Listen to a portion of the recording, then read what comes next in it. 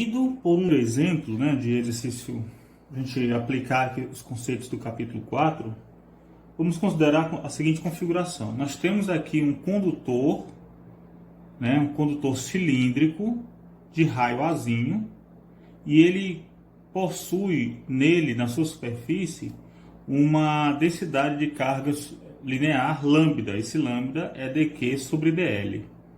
Então essa carga está na superfície desse condutor, tá? É um condutor cilíndrico, vamos imaginar isso aqui como um fio, né, bem longo.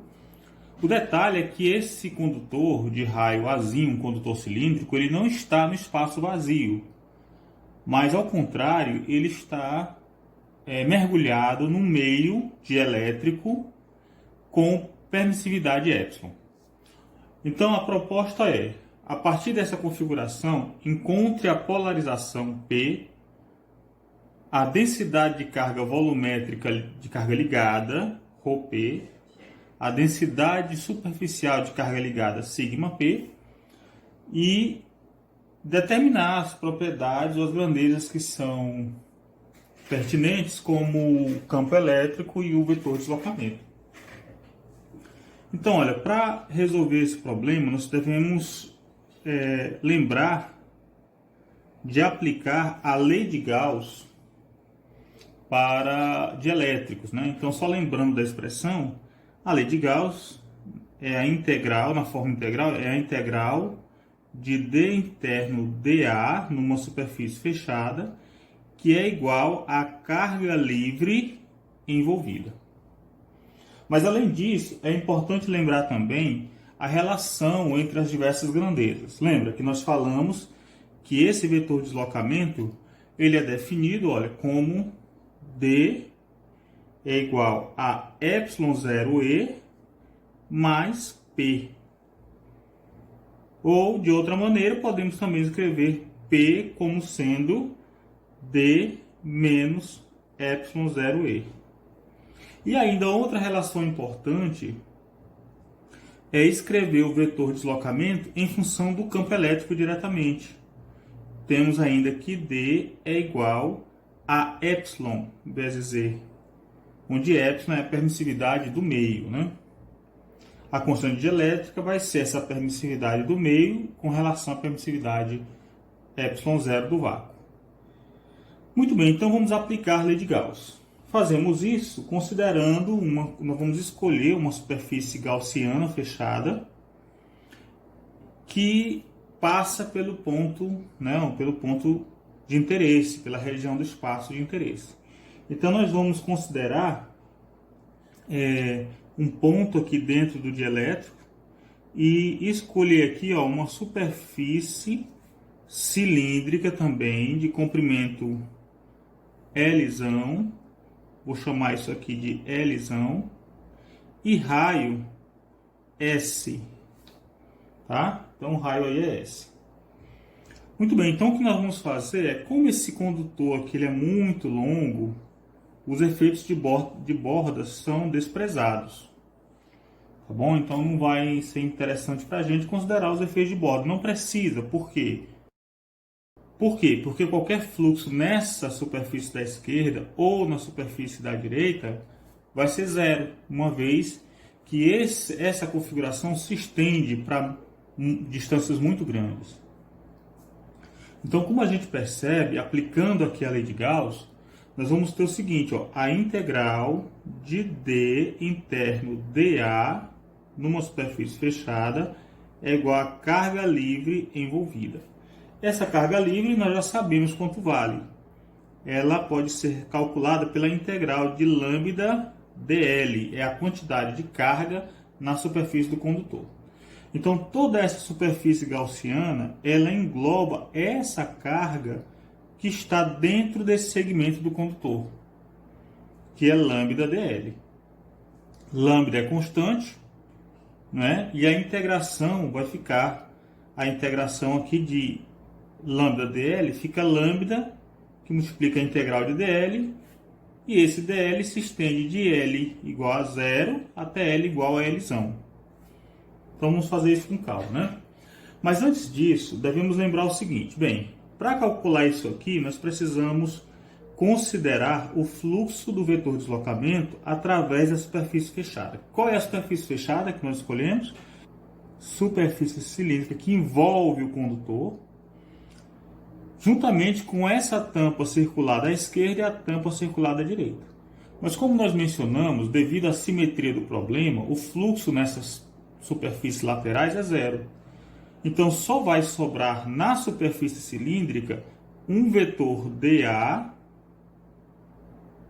normal na direção S. Então podemos escrever que dA é igual a dAs chapéu, porque aponta na direção radial cilíndrica, e também o vetor D é um ds chapéu, de modo que a integral de D interno dA é apenas na casca cilíndrica, que vai ser a integral de ds chapéu interno S chapéu dA, igual a carga livre envolvida, que é lambda dL. Bem, então, como eu falei, esse lambda é constante, vai ficar somente a integral de dL, e o resultado é D vezes o D sai, S interno S dá 1, D sai da integral, porque é uniforme, é constante com relação à área, já que é circular devido à simetria. Eu vou ficar apenas com a integral de dA na superfície cilíndrica. Esse dA vai ser a própria área, que é 2πs vezes L. Então ficamos com 2πs vezes L, igual a lambda, a integral de dL é L, que L é esse comprimento aqui. Lzinho aqui vale 0 e Lzinho aqui vale Lzão. Então a integral de 0 a Lzão vai ser o próprio L. De modo que, como o fio, o condutor é muito extenso ou infinito, os efeitos de borda são negligenciados e não vai fazer diferença considerarmos uma porção limitada na nossa superfície gaussiana. Independente do valor de L, não vai fazer diferença para o valor de D. De modo, então, que D pode ser dado por lambda sobre 2πs, ou, na forma final, o vetor de deslocamento, que a resposta final é o vetor de deslocamento, porque a grandeza é uma grandeza vetorial. Ficamos com 2πs S chapéu. Muito bem, então esse é o valor do vetor de deslocamento. Encontramos o vetor de deslocamento aqui. Bem, não é a resposta final, porque nós precisamos encontrar a polarização e as densidades de carga. Vamos lá, então? Ora, agora eu posso aplicar essa expressão para encontrar o campo elétrico. Porque se eu tiver o vetor de deslocamento e o campo elétrico, é fácil encontrar a polarização por meio dessa relação. Ok? Então vamos lá. Se D é igual a epsilon E, então o campo elétrico vai ser lambda sobre 2π S chapéu. Está aqui o valor do campo. Então já temos tanto o vetor de deslocamento quanto o campo elétrico. Portanto, a polarização fica D menos ε0E, que é igual a lambda sobre 2πs S chapéu menos ε0 lambda sobre 2π epsilon S chapéu. Isso aí vai dar uma polarização igual. Podemos colocar em evidência aí lambda sobre 2πs S chapéu. Então ficamos com 1 menos ε0 sobre epsilon, e que multiplica lambda sobre 2πs S chapéu. Então a polarização também aponta radialmente, né, na direção radial cilíndrica. Encontramos aí a primeira polarização. O primeiro resultado, que é a polarização. Muito bem. A proposta, esse aqui já encontrou, esse item aqui já está ok. Precisamos encontrar a densidade volumétrica de polarização, que é dada pelo negativo do divergente de P. Como nós estamos trabalhando em coordenadas cilíndricas, a expressão que nós podemos encontrar lá do capítulo 1 é aplicar menos, vou abrir uma chave aqui, ó, 1 sobre S ds, que multiplica S 1 menos ε0 sobre ε, lambda sobre 2πs, fecha aqui, fecha aqui. Lembrando que a expressão envolve uma derivada parcial, mas como aqui nós só temos uma componente de P, o P só não tem componente em Z chapéu e nem em Φ chapéu, apenas em S chapéu, então eu coloquei logo a derivada total. Bem, vamos então continuar aqui, olha, simplificando. Nós vamos ter igual a menos, que multiplica 1 menos ε0 sobre ε. Isso aqui é constante, lambda sobre 2π é constante, pode sair da derivada. E ficamos com 1 sobre S, esse 1 sobre S é esse 1 sobre S aqui, ó. E esse S cancela aquele S. Então ficamos com a derivada em S de 1. De 1 que vai dar 0. Portanto, a densidade volumétrica de carga ligada é 0. Ok? Bem, continuando, sigma P é dado por P interno N chapéu. Quem é o N? É o vetor normal à superfície, é o S chapéu. Então isso aqui vai ser P interno S chapéu, que é 1 menos ε0 sobre ε, que multiplica lambda sobre 2πs S chapéu interno S chapéu. Enfim, sigma P é quem? É 1 menos ε0 sobre ε, lambda sobre 2πs. Muito bem. Lembrando que essa densidade de carga, ela é calculada na superfície, uma densidade de carga na superfície. Então, a única superfície aqui é a interface de separação entre o meio dielétrico e o condutor. Então, obrigatoriamente, isso aqui acontece para S igual a A. S igual a A, S igual a A.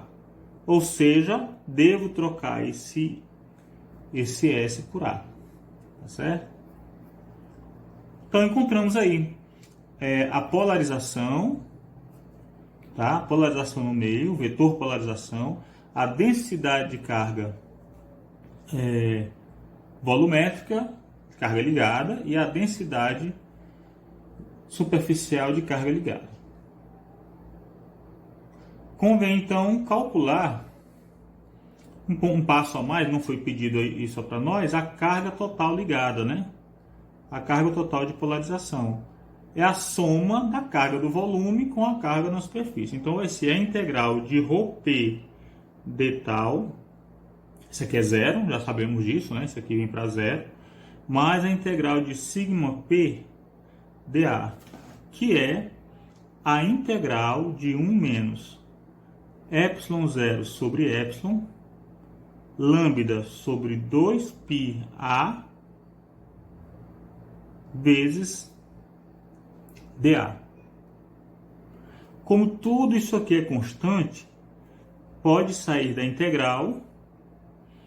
Ficamos com 1 menos ε0 sobre ε, lambda sobre 2πa, vezes a integral de dA, que é a área. Qual é a área aí? É a área do cilindro em R igual a A, que vai ser 2πa vezes L. Então, quando a gente cancela isso e cancela isso, ficamos com 1 menos ε0 sobre ε, que multiplica lambda L, que é a carga. Lambda L, que é a carga elétrica livre na superfície. Então, vemos que a carga total na superfície, essa aqui é uma carga total ligada. Então, a carga total que só existe na superfície, na interface entre o condutor e o dielétrico, ela é uma porção da carga total livre que foi depositada na superfície do condutor.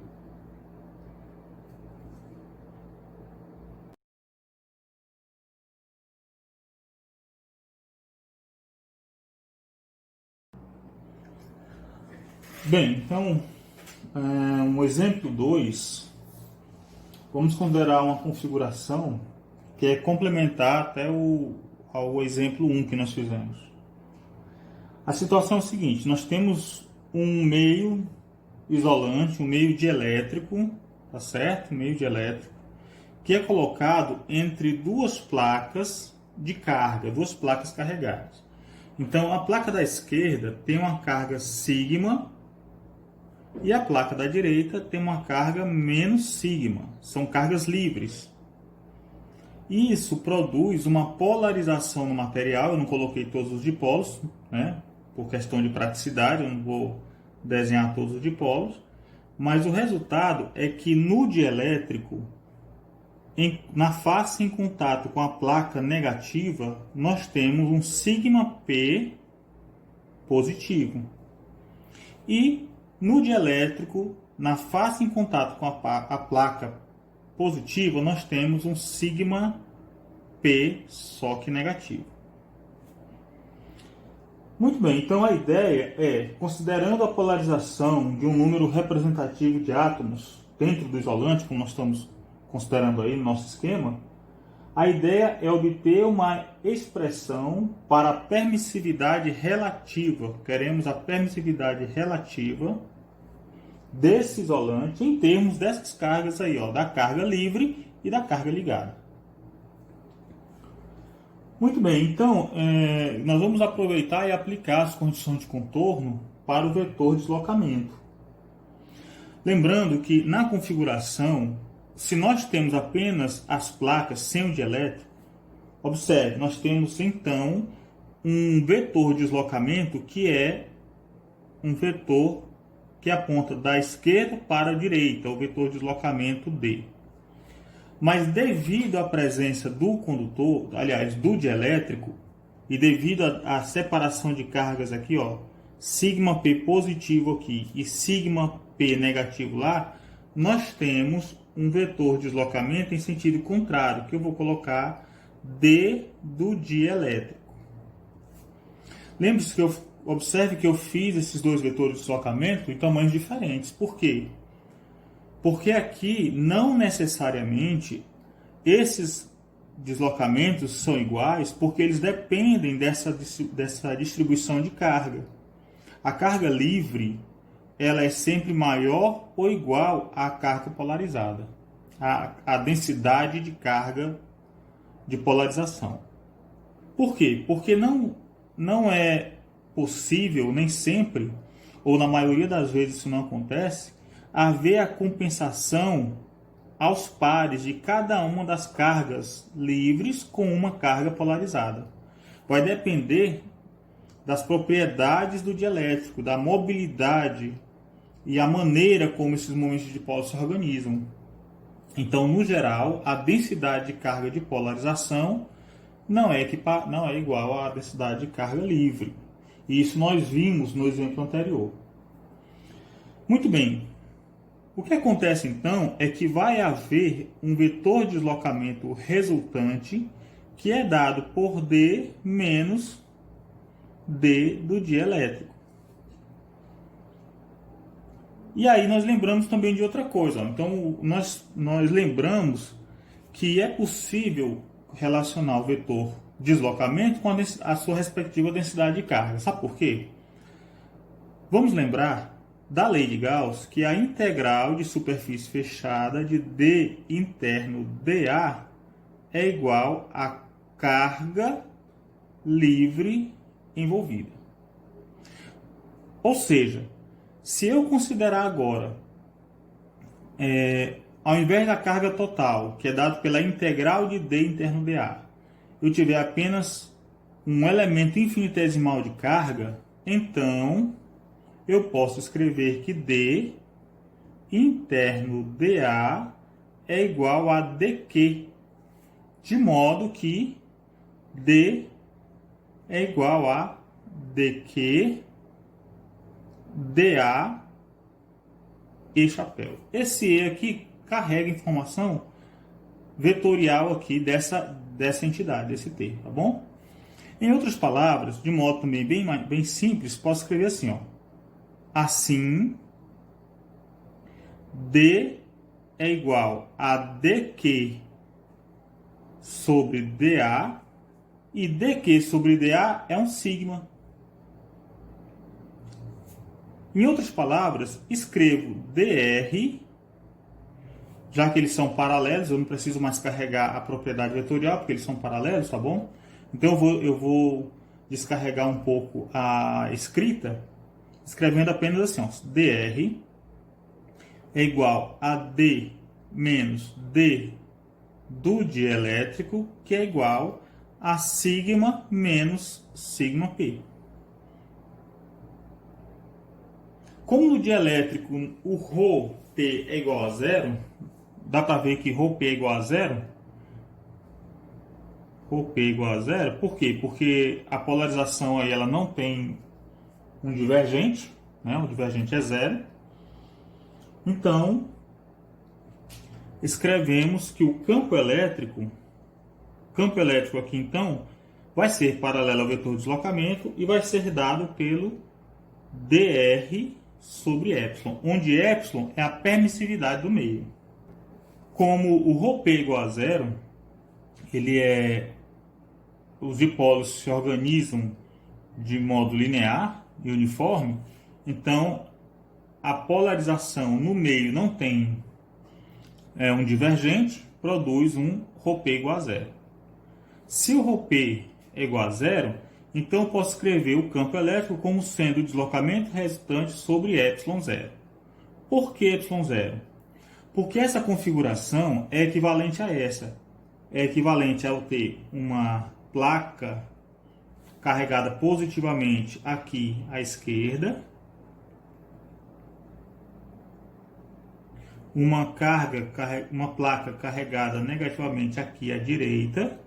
Essas são as densidades de carga livres, sigma mais sigma e menos sigma, são essas duas.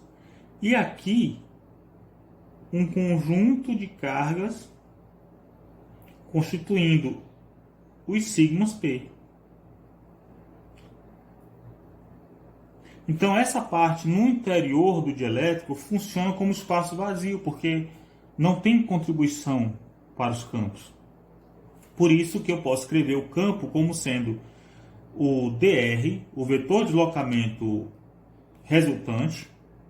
Aí eu já levo em consideração também a contribuição do dielétrico, olha, dividido por ε0. Estou considerando isso aqui como sendo o espaço vazio.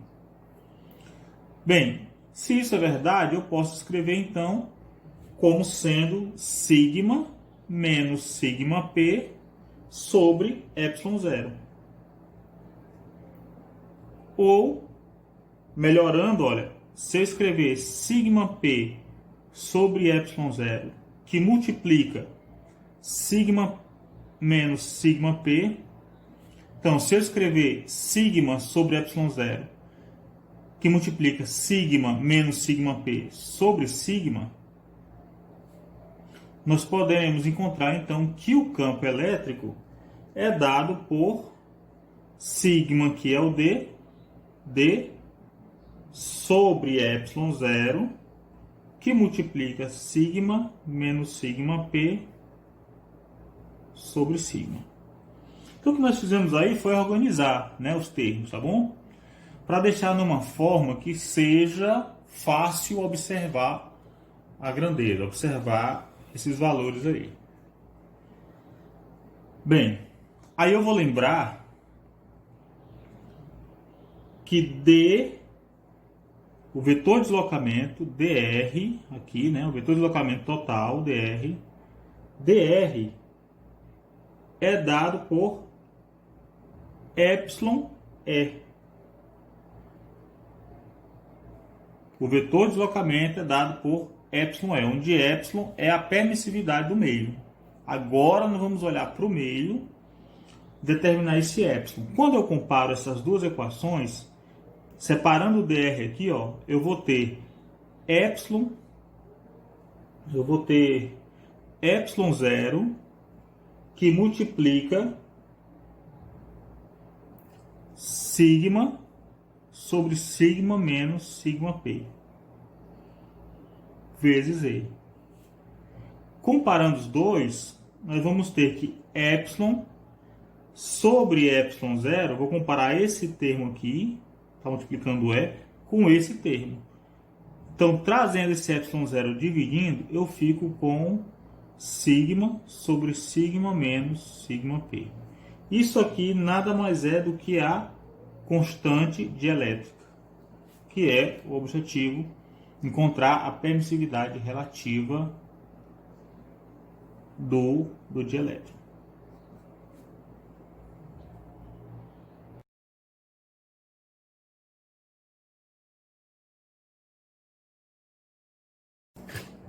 Vamos considerar aqui uma outra configuração, que é um cabo coaxial muito longo e constituído por dois condutores, um central de raio Azinho, tá? E outro externo, e a região entre eles, entre os dois condutores, é preenchida por um dielétrico, mas que não ocupa todo o espaço entre os dois condutores. Esse dielétrico tem permissividade ε, tá? E tem raios B, raio interno B, raio externo C, e o condutor externo tem raios D interno D e raio externo E.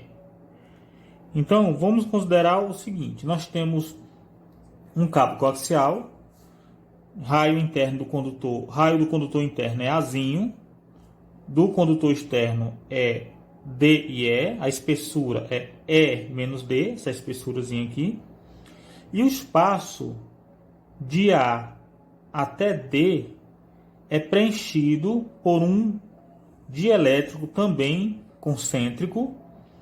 Lembre-se que isso aqui é a seção reta do cabo coaxial, né? O cabo coaxial, na realidade, é um cilindro, né? Tem a forma cilíndrica, e esse cilindro aqui é muito comprido. É o cabo de antena, né? Um cabo de antena que nós conhecemos. Muito bem, então esse dielétrico ele tem uma permissividade ε, essa região é vazia, ε0, e aqui também ε0. A ideia é, para esse sistema, encontrar o vetor deslocamento, o vetor campo elétrico, a polarização e as densidades de carga ligada pertinentes, tá bom? Então, lembrando que no condutor interno,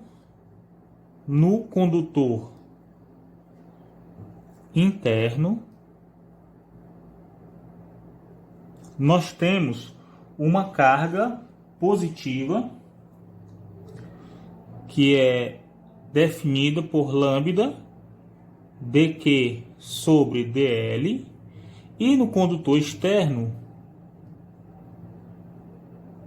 no externo nós temos menos lambda igual a dq sobre dl. Menos dq sobre dl. Então, o de dentro é positivo, o de fora é negativo. Essas aqui são cargas livres. Não são cargas de polarização. As cargas de polarização vão aparecer aqui, ó, no dielétrico. Muito bem, então o que nós queremos é calcular, conhecer os vetores de deslocamento, campo elétrico, polarização em todo o espaço, né? Então, em função da distância radial S cilíndrica, em função de S. Além disso, conhecer o sigma P, o ρP e o sigma P. Também queremos conhecer isso. Muito bem, então vamos calcular por região, tá? Então, quando a gente vem para a região, vamos começar primeiramente, olha, nessa região aqui de 0 até A, dentro do condutor central, se é um condutor, nós já sabemos que nessa região o campo elétrico é zero. Então vamos lá. Primeira parte. Região S menor que A. Nessa região, nós já sabemos que a carga livre envolvida é igual a zero. Que carga livre envolvida? Envolvida por quem? Então lembra que nós temos aqui o eixo, esse eixo aqui central, ó, o eixo longitudinal, e esse cilindro, vamos dar um zoom aqui, vamos ampliar essa configuração, isso aqui vale A. Então vamos considerar uma superfície gaussiana cilíndrica também aqui, ó. Como ele é um condutor, toda a carga vai para a superfície dele, tá? Toda a carga lambda positiva vai para essa superfície aqui. Então a carga envolvida é zero. Se a carga envolvida é zero, o que acontece?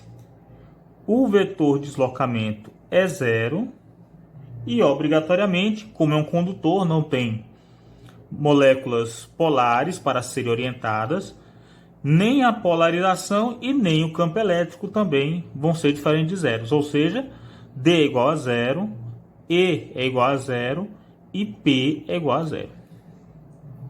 Isso aí é mais ou menos trivial pela experiência que nós já temos, né? Bem, agora vamos considerar a região entre A e B. Ou seja, essa região aqui de espaço vazio. Então, entre A e B, temos o seguinte. Nesse caso, nós vamos ter o A até aqui e o B é maiorzinho, né? O B está aqui, ó, o B é maiorzinho, passa por fora. Daqui para lá é B. Então, aqui é ε0. Uma superfície gaussiana lá, uma superfície gaussiana aqui vai ter secção reta cilíndrica, mas a seção reta aqui, de raio S entre A e B. S maior que A e menor do que B. Nesse caso, aplicando a lei de Gauss, nós vamos ter a integral de D interno dA é igual a carga livre envolvida. Mas nesse caso, a carga livre é lambda vezes L. Ou a integral de lambda dL. Esse L é o comprimento da nossa superfície gaussiana que nós escolhemos. Eu não vou repetir o procedimento para a configuração de um condutor cilíndrico, porque não é novidade para nós, então não vou ficar sempre repetindo, né? Mas é da mesma maneira como nós já fizemos antes. Bem, nesse sentido, D também é paralelo a DA, porque o D é um DS chapéu e DA é igual a S chapéu DA. Daí, essa integral numa superfície fechada fica DA é igual a lambda L, que é igual a D 2π S, que multiplica 2π SL, que é igual a lambda L. é o resultado que nós já encontramos. D aqui é igual a lambda sobre 2πs, ou D é igual a lambda sobre 2πs S chapéu. Encontramos, portanto, o vetor de deslocamento. Não é novidade, nós encontramos aqui uma densidade de carga envolvida igual a lambda. Quem é agora o vetor campo elétrico? Já encontramos o D nessa região. O vetor campo elétrico é quem agora? Ainda na região de espaço vazio, o campo elétrico aqui, ele é dado, como nós estamos no espaço vazio, o campo elétrico ele é dado por D sobre ε0, pois P é igual a zero. Por que P é igual a zero? Porque não tem polarização no espaço vazio, só vai ter polarização no dielétrico. Bem, quando isso acontece, o E vira naturalmente lambda sobre 2πε0s S chapéu. Pronto, tranquilo, né? O ponto interessante vai ser agora quando nós passarmos para outra região. A outra região, a região 3, é a região onde S vai de B até C. Ou seja, para qualquer ponto dentro do dielétrico.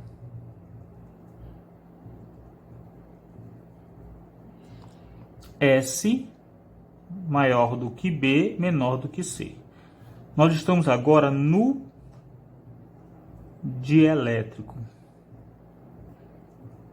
Você já seria capaz de dizer para mim quanto vale o vetor de deslocamento? Aplicando a lei de Gauss, D interno dA na superfície fechada, agora a superfície fechada tem secção reta que vai até aqui, ó, dentro do dielétrico. É igual a carga livre envolvida. Você percebe que a carga livre envolvida aqui, por essa superfície, é a mesma envolvida aqui? Portanto, o resultado da expressão para o vetor de deslocamento nessa região vai ser a mesma que nessa região. E vai ser a mesma que nessa região aqui, ó. Porque o vetor de deslocamento, pela lei de Gauss, vai depender apenas da carga livre envolvida. Então, nessa região, aqui, dentro do dielétrico, e nessa outra região de espaço vazio, a única carga envolvida é essa, lá no condutor central. De modo que o campo vetor de deslocamento vai ter a mesma forma funcional, lambda sobre 2πs S chapéu. A coisa muda de figura porque apenas quando eu considero o campo elétrico e a polarização. Agora é um pouco diferente. Por quê? Porque aqui dentro do dielétrico eu não estou mais no espaço vazio como antes. Antes eu tinha a polarização igual a zero. Aqui eu não posso garantir que a polarização vai ser zero. Deve haver uma polarização aí diferente de zero. Bem, vamos conhecer o campo elétrico então. Como o meio é um dielétrico e tem permissividade ε, então eu posso escrever D como sendo εe. Então o campo elétrico é 1 sobre εd. Em outras palavras, o campo elétrico é lambda sobre 2πεs S chapéu. Pronto. E a polarização é quem? A polarização, enfim, é D menos ε0e. O D já temos, lambda sobre 2πs S chapéu, menos ε0, que multiplica lambda sobre 2πys S chapéu. Daí, a polarização é 1 menos ε0 sobre ε, que multiplica lambda sobre 2πs S chapéu. Calculamos aí encontramos o valor dos 3 tanto na região interna ao condutor central, na região de espaço vazio entre B e C, e agora, aliás, entre A e B, e agora entre B e C. Bem, a quarta região agora é a região onde S é maior do que C e menor do que D. Nós estamos agora para essa região aqui. Então, aqui região 1, região 2, região 3 e a região 4 aqui. Bem, não vou repetir o D, porque o D é quem? É lambda sobre 2πs S chapéu. Sabemos disso. Por quê? Porque agora, se eu considerar uma gaussiana com S até aqui, essa gaussiana vai envolver, a única carga livre é o Q ou lambda linha, o Q lá do condutor central, que é igual para todas as regiões que nós já calculamos antes, então não vamos repetir. Como aqui nós estamos também no espaço vazio, podemos ir, então a polarização é 0, estamos no espaço vazio, e o campo elétrico é 1 sobre ε0 D. 1 sobre ε0 D, que é lambda sobre 2π ε0S S chapéu. Pronto. Encontramos aí o valor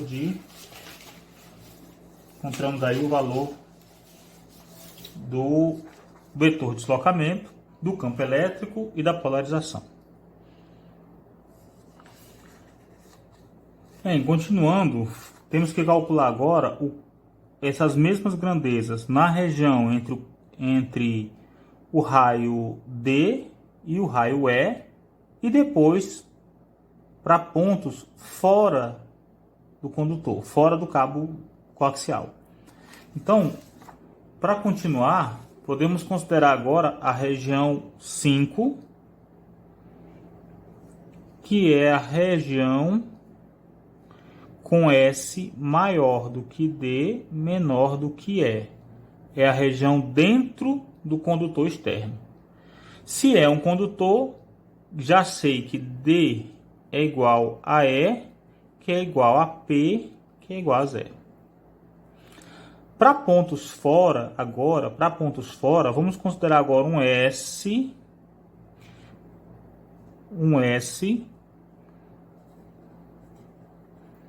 maior do que E. Então, nós estamos agora para um ponto externo ao cabo coaxial.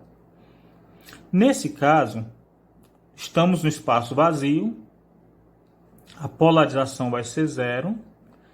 O vetor deslocamento ele é dado pela integral de D interno dA igual a carga livre envolvida. Bem, nesse caso, o que é que nós temos? A carga elétrica envolvida é tanto a carga no condutor interno, lá no centro, que é positiva, e a carga na interface no condutor de fora, que é negativo. E os dois têm cargas iguais. Sendo assim, a carga total livre envolvida é 0 e o vetor de deslocamento é 0. Essa é a vantagem do cabo coaxial. É que ele blinda todos os efeitos eletrostáticos, impedindo que qualquer interferência externa entre ou interfira nas propriedades eletrostáticas das cargas do conjunto.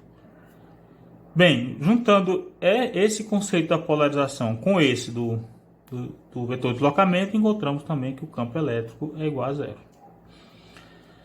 Então, nós conseguimos aí, considerar, aplicar em várias situações a lei de Gauss para dielétricos e determinar tanto a polarização, o vetor de deslocamento e o vetor campo elétrico em todas as regiões do problema. Falta ainda considerar, para finalizar a resolução, a nossa análise dessa situação, as densidades de carga. Considerando então a densidade de carga superficial, nós calculamos σP na superfície do dielétrico. Então nós temos σP quando o S é igual a B, temos uma densidade de carga aqui, ó, nessa superfície interna do dielétrico, e um σP quando o S é igual a C na superfície externa.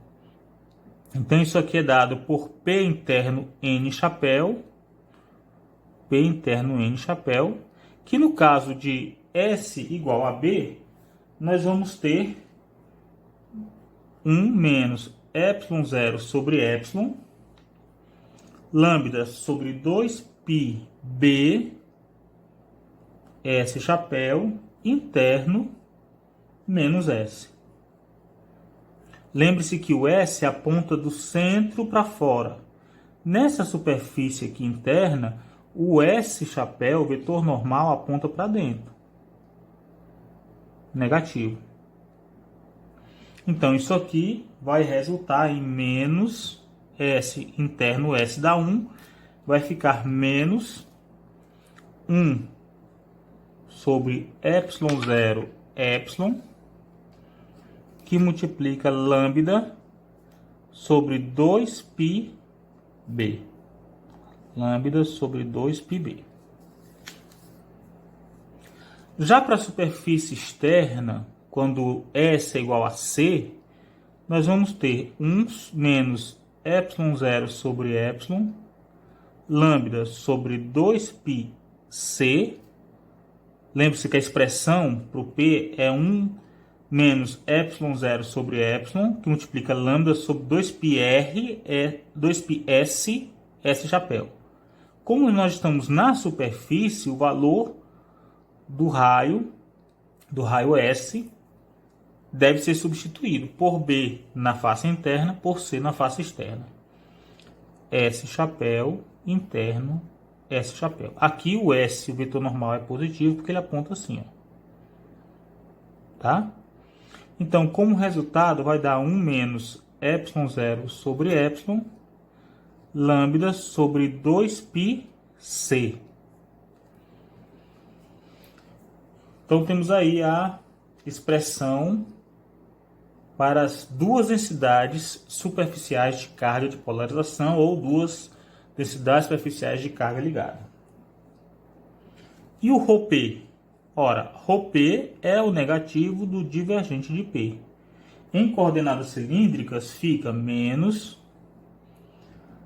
1 sobre S.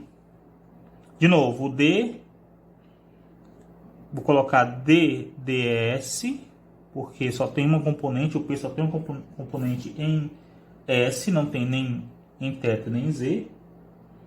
De quem? De S, que multiplica 1 menos ε0 sobre ε, vezes lambda sobre 2πs, fecha, fecha e fecha. Quem é constante pode sair, vai ficar com menos 1 menos ε0 sobre ε, lambda sobre 2π sai, e ficamos apenas com 1 sobre S, que multiplica quem? Ó, esse saiu, fica quem? S sobre S, que vai dar 1, portanto, a derivada de uma constante é zero. Então, encontramos as densidades superficiais e também a densidade volumétrica. Não nos foi pedido, mas nós podemos contabilizar toda a carga ligada. Qual é a carga elétrica ligada, né, ou devido à polarização? A carga elétrica total. A carga total vai ser a integral de ρP de tal, que dá zero, lógico, porque o ρP acabamos de encontrar que é zero, em todo o volume, né, um determinado volume de comprimento Lzinho, mais o sigma P interno, sigma P dA. Não é interno porque não é vetor, né? Então vamos lá, se isso aqui dá zero, isso aqui vai ser quem? Vou fazer a integral em toda a superfície interna e em toda a superfície externa. Então, nada mais é do que a integral de menos, coloquei o menos para fora, ficou 1 menos epsilon zero sobre epsilon, lambda sobre 2πb vezes dA na superfície interna, mais, colocar aqui, ó, mais na superfície externa de 1 menos epsilon zero sobre epsilon, lambda sobre 2πc dA. Perceba que nessa primeira integral, toda ela é positiva. Aliás, perceba que nessa integral, toda ela é constante. Esse termo é constante, pode sair da integral. De modo que ficamos apenas com a integral de dA. E aqui também é constante. 2πb, 2πc, então tudo é constante. Posso colocar fora. Então isso aqui vai dar menos 1 menos epsilon zero sobre epsilon, que multiplica lambda sobre 2πb vezes a integral da área, que é 2πb vezes L, mais 1 menos epsilon zero sobre epsilon, lambda sobre 2πc vezes a integral da área, que é 2πc vezes L. Esse termo eu corto com isso. Isso eu vou cortar com isso. Então eu vou ficar apenas com menos 1 menos epsilon zero epsilon lambda L, mais 1 menos epsilon zero sobre epsilon lambda L. O resultado é zero. Então vemos aí que a carga total de polarização é nula. E nós conseguimos então calcular todas as grandezas que eram de interesse para nós.